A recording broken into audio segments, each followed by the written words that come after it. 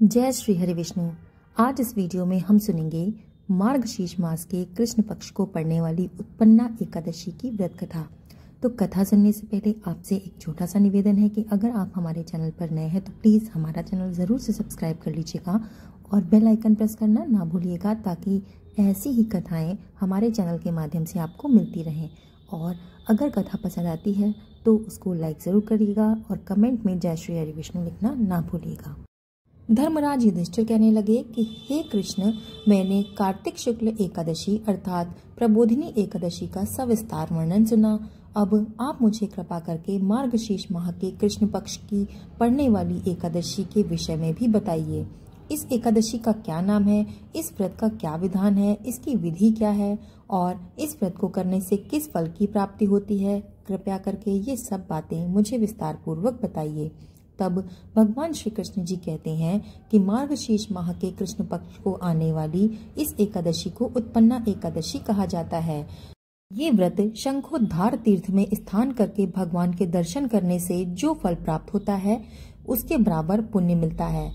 इस व्रत को करने वाले भक्त को चोर, पाखंडी, परस्त्रीगामी, निंदक, मिथ्याभाषी तथा किसी भी प्रकार के पापी से बात नहीं करनी चाहिए। इसका महात्म्य मैं तुम्हें सुनाता हूँ, ध्यान पूर्वक सुनो। युधिष्ठिर कहने लगे कि हे भगवान, आपने हजारों यज्ञ और लाखों गौदान को भी एकादशी के व्रत के बराबर नहीं बताया है। सो ये तिथि सब तिथियों से उत्तम कैसे हुई, ये बताइए। भगवान कहने लगे कि हे युधिष्ठिर, सतयुग में मुर नाम का एक दैत्य उत्पन्न हुआ। वो बड़ा ही बलवान और भयानक था।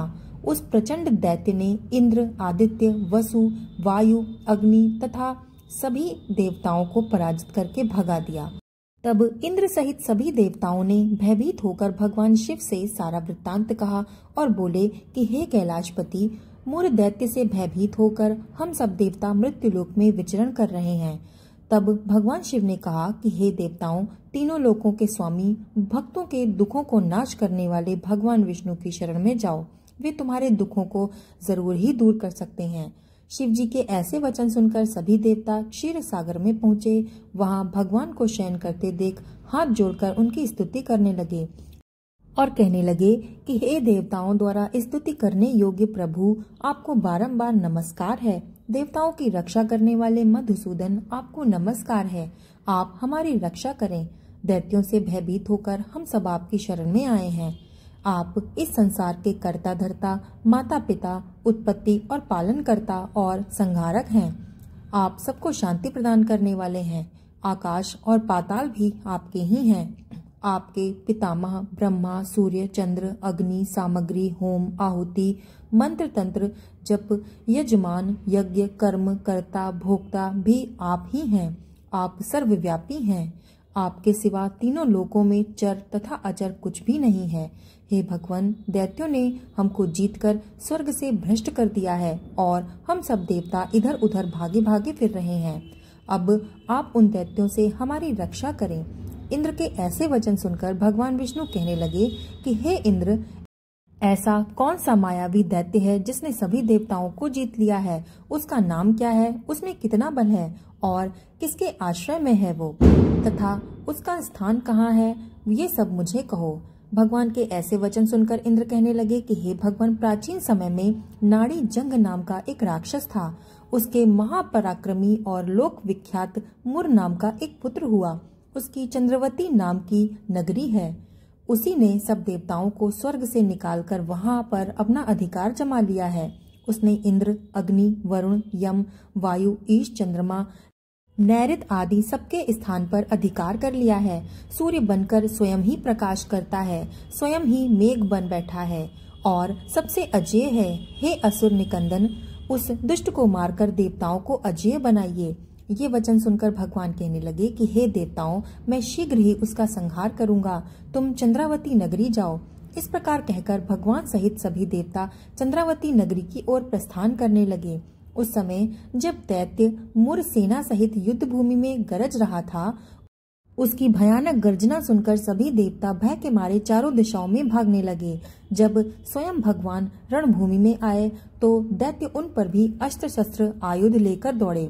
भगवान ने उन्हें सर्प के समान अपने बाणों से बींध डाला। बहुत से दैत्य मारे गए, केवल मुर बचा रहा। वो अविचल भाव से भगवान के साथ युद्ध करता रहा। भगवान जो जो तीक्ष्ण बाण चलाते वो उसके लिए पुष्प सिद्ध होता। उसका शरीर छिन्न छिन्न हो गया, किंतु वो लगातार युद्ध करता रहा। दोनों के बीच मल्ल युद्ध भी हुआ। 10,000 वर्षों तक उनका युद्ध चलता रहा, किंतु मुर नहीं हारा। थक कर भगवान बद्रिकाश्रम चले गए। वहाँ हेमवती नाम की सुंदर गुफा थी। उसमें विश्राम करने के लिए भगवान उसके अंदर प्रवेश कर गए। ये गुफा 12 योजन लंबी है और उसका एक ही द्वार था। भगवान विष्णु वहाँ योग निद्रा की गोद में सो गए। मुर भी पीछे पीछे आ गया और भगवान को सोया देखकर मारने को उद्यत हुआ। तभी भगवान के शरीर से उज्जवल कांतिमय रूप वाली देवी प्रकट हुई। देवी ने राक्षस मुर को ललकारा, युद्ध किया और उसे तत्काल मौत के घाट उतार दिया। श्री हरि जब योग निद्रा से उठे तो सब बातों को जानकर उस देवी से कहा कि आपका जन्म एकादशी के दिन हुआ है, अतः आप उत्पन्ना एकादशी के नाम से पूजनीय होंगी। आपके भक्त वही होंगे जो मेरे भक्त होंगे। जय श्री हरि विष्णु। कथा समाप्त। ऐसी ही व्रत और त्योहारों से जुड़ी कथाओं को सुनने के लिए हमारे चैनल को सब्सक्राइब करना बिल्कुल भी मत भूलिएगा और वीडियो को लाइक कर दीजिएगा। जय श्री हरि विष्णु।